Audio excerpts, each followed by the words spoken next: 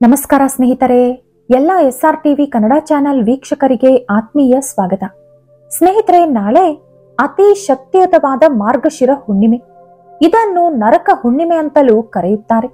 ಇದು ಮಾತ್ರವಲ್ಲದೆ ದತ್ತ ಜಯಂತಿ ಹಾಗೂ ಅನ್ನಪೂರ್ಣ ಜಯಂತಿ ಕೂಡ ಇದೇ ದಿನದಂದು ಬಂದಿದೆ. ತುಂಬಾ ಜನರಿಗೆ ಹುಣ್ಣಿಮೆ ಡಿಸೆಂಬರ್ 14ನೇ ತಾರೀಕ ಅಥವಾ 15ನೇ ತಾರೀಕ ಎಂಬ ಸಂದೇಹವಿದೆ. ಡೌಟೇ ಬೇಡ. ನೀವು ಡಿಸೆಂಬರ್ 15ನೇ ತಾರೀಕಿನಂದು ಹುಣ್ಣಿಮೆ, ದತ್ತ ಜಯಂತಿ ಹಾಗೂ ಅನ್ನಪೂರ್ಣ ಜಯಂತಿ ಆಚರಿಸಬೇಕು. ದತ್ತಾತ್ರೇಯ ಸ್ವಾಮಿ ತ್ರಿಮೂರ್ತಿಗಳ ಸ್ವರೂಪ. ಅವರನ್ನು ಆದಿಗುರು ಅಂತ ಕೂಡ ಕರೀತಾರೆ. ಸಪ್ತ ಋಷಿಗಳಲ್ಲಿ ಒಬ್ಬರಾದ ಅತ್ರಿ ಮಹರ್ಷಿ ಹಾಗೂ ಅನಸೂಯ ದಂಪತಿಗಳ ಪುತ್ರ ದತ್ತಾತ್ರೇಯ. ದತ್ತಾತ್ರೇಯ ಸ್ವಾಮಿ 3 ತಲೆಗಳು, 6 ಕೈಗಳು, ಎಲ್ಲಾ ಕೈಗಳಲ್ಲಿಯೂ ಆಯುಧಗಳನ್ನು ಹಿಡಿದುಕೊಂಡು ಒಂದು ಹಸು ಮತ್ತು 4 ನಾಯಿಗಳ ಜೊತೆ ಇರುವಂತೆ ಫೋಟೋಗಳಲ್ಲಿ ನಾವು ನೋಡಬಹುದು.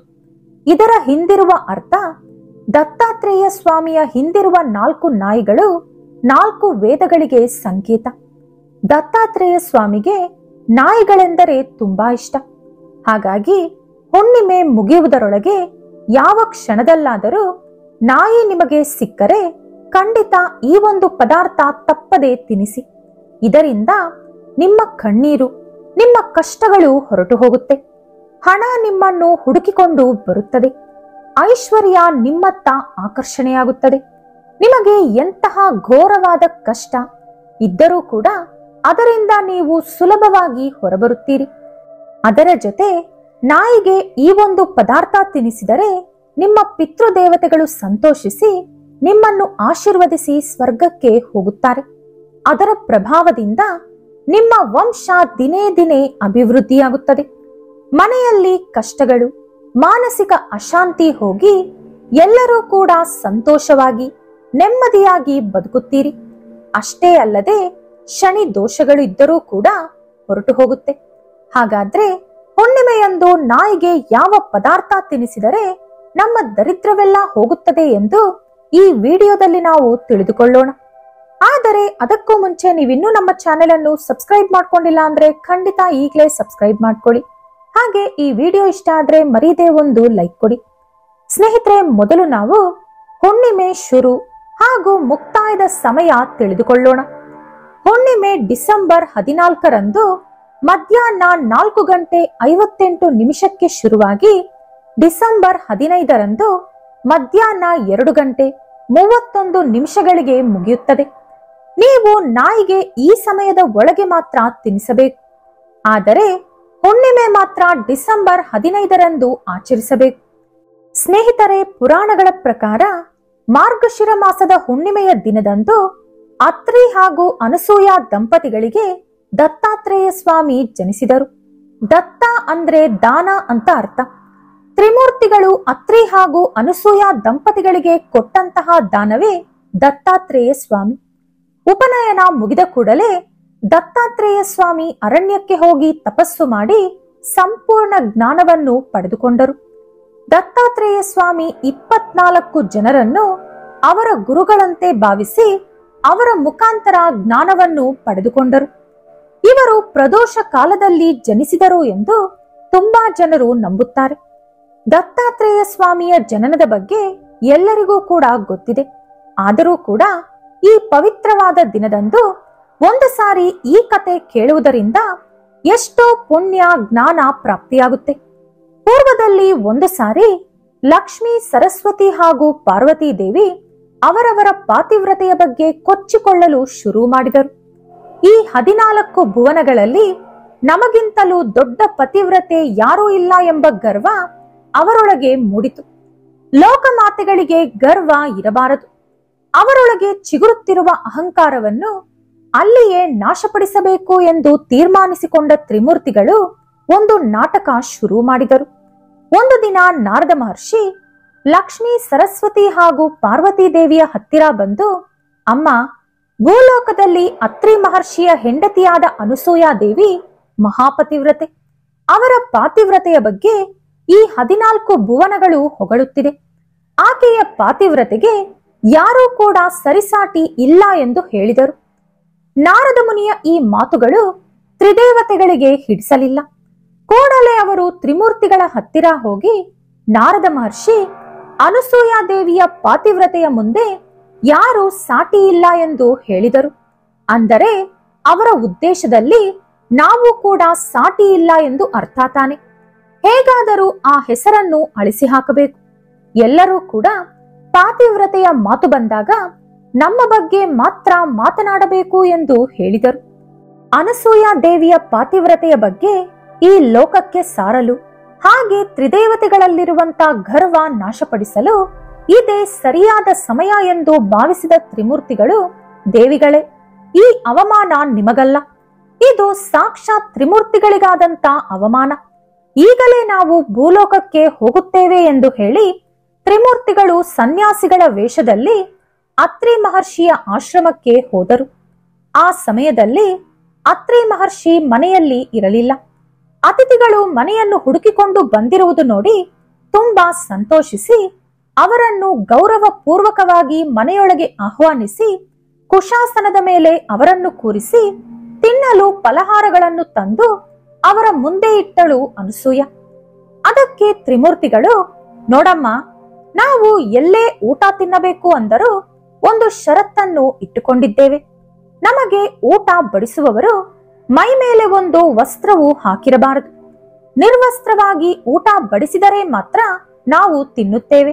ಹಾಗಾಗಿ ನೀನು ಕೂಡ ನಿರ್ವಸ್ತ್ರವಾಗಿ ನಮಗೆ ಊಟ ಬಡಿಸು. ಇಲ್ಲದಿದ್ದರೆ ನಾವು ಊಟ ತಿನ್ನುವುದಿಲ್ಲ. ಹಸಿದ ಹೊಟ್ಟೆಯಲ್ಲಿ ಹಾಗೆ ಹಿಂದೆ ಹೊರಟು ಹೋಗುತ್ತೇವೆ ಎಂದು ಹೇಳಿದರು. ಈ ಮಾತುಗಳನ್ನು ಕೇಳಿದ ಅನಸೂಯಾದೇವಿಗೆ ಒಂದು ಕ್ಷಣ ಹೃದಯ ಬಡಿತ ನಿಂತಂತಾಯಿತು. ಇಂತಹ ಷರತ್ತು ರಾಕ್ಷಸರು ಕೂಡ ಇಡುವುದಿಲ್ಲ. ಅಂಥದ್ದರಲ್ಲಿ ಸನ್ಯಾಸಿಗಳು ಇಡಲು ಸಾಧ್ಯವಿಲ್ಲ. ಇದು ನನ್ನ ಪಾತಿವ್ರತೆಗೆ ಬಂದಂತ ಅಗ್ನಿ ಪರೀಕ್ಷೆ. ಮನೆಗೆ ಬಂದ ಅತಿಥಿಗಳನ್ನು ಹಸಿದ ಹೊಟ್ಟೆಯಲ್ಲಿ ಕಳಿಸುವುದು ಗೃಹಸ್ಥಾಶ್ರಮದ ಧರ್ಮವಲ್ಲ. ಋಷಿ ಪತ್ನಿಯಾದ ನಾನು ಅತಿಥಿಗಳನ್ನು ಅವಮಾನಿಸಿ ಮನೆಯಿಂದ ಕಳಿಸಬಾರದು.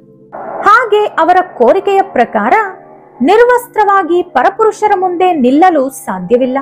ಶ್ರೀಮನ್ ನಾರಾಯಣ, ನನ್ನನ್ನು ಈ ಸಮಸ್ಯೆಯಿಂದ ನೀನೇ ಹೊರತರಬೇಕು ಎಂದು 2 ನಿಮಿಷ ಕಣ್ಣು ಮುಚ್ಚಿಕೊಂಡು ಮನಸ್ಸಿನಲ್ಲಿ ನಾರಾಯಣನ ಧ್ಯಾನ ಮಾಡಿ ಬಳಿಕ ಅವರ ಪತಿ ಅತ್ರಿ ಮಹರ್ಷಿಯನ್ನು ನೆನೆಸಿಕೊಂಡು ಕಮಂಡಲದ ಒಳಗಿರುವ ನೀರನ್ನು 3 ತ್ರಿಮೂರ್ತಿಗಳ ಮೇಲೆ ಚಿಮುಕಿಸಿ, ಈ ಕೂಡಲೇ ನೀವು 6 ತಿಂಗಳ ಶಿಶುಗಳಂತೆ ಬದಲಾಗಿ ಎಂದು ಹೇಳಿದಳು.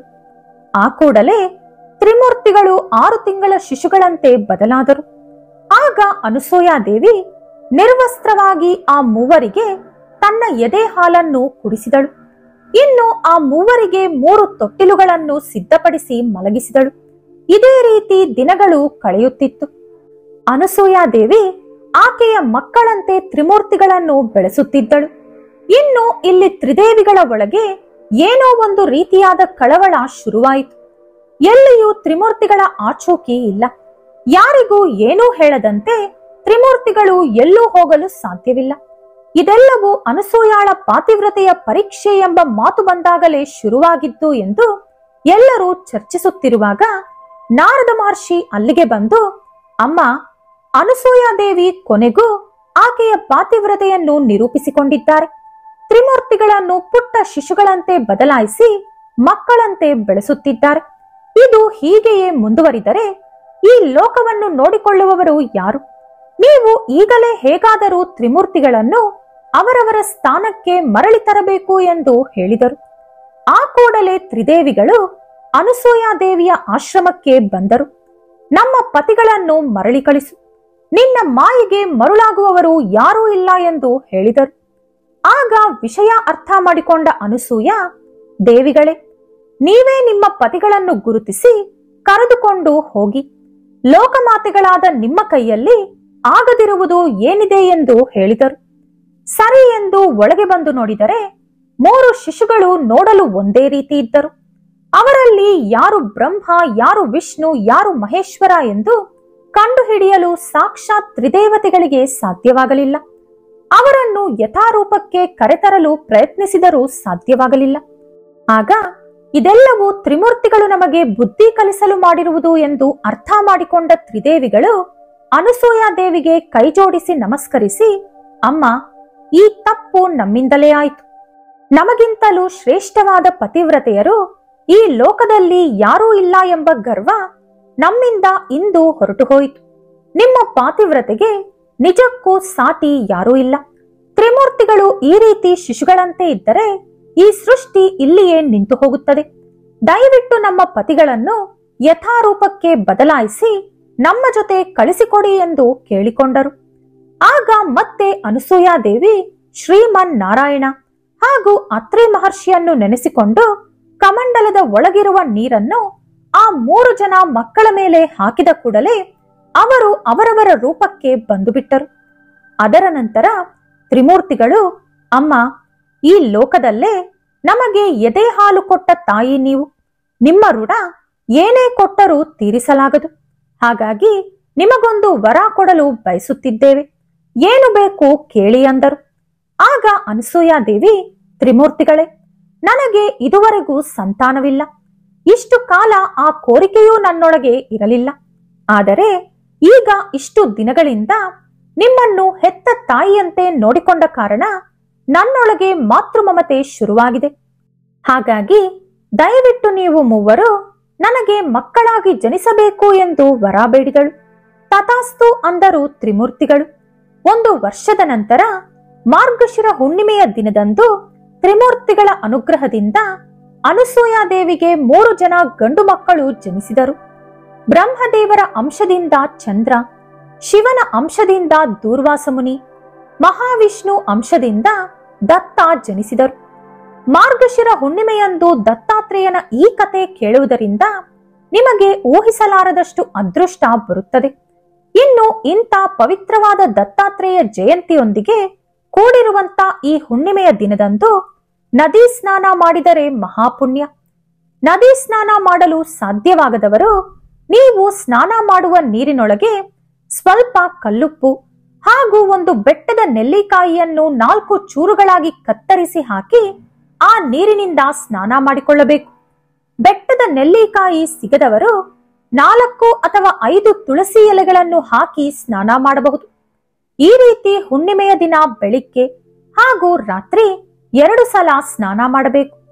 ಇನ್ನು ಈ ದಿನ ರಾತ್ರಿ ನೀವು ಸ್ನಾನ ಮಾಡುವ ಮುಂಚೆ ಒಂದು ಪಾತ್ರೆಯಲ್ಲಿ ನೀರು ತುಂಬಿಸಿ 4-5 ತುಳಸಿ ಎಲೆಗಳನ್ನು ಹಾಕಿ ಚಂದ್ರನ ಕಿರಣಗಳು ಬೀಳುವ ಜಾಗದಲ್ಲಿ 15 ನಿಮಿಷಗಳ ಕಾಲ ಇಟ್ಟು ಆ ನೀರನ್ನು ನೀವು ಸ್ನಾನ ಮಾಡುವ ನೀರಿನೊಳಗೆ ಬೆರೆಸಿ ಸ್ನಾನ ಮಾಡಬೇಕು.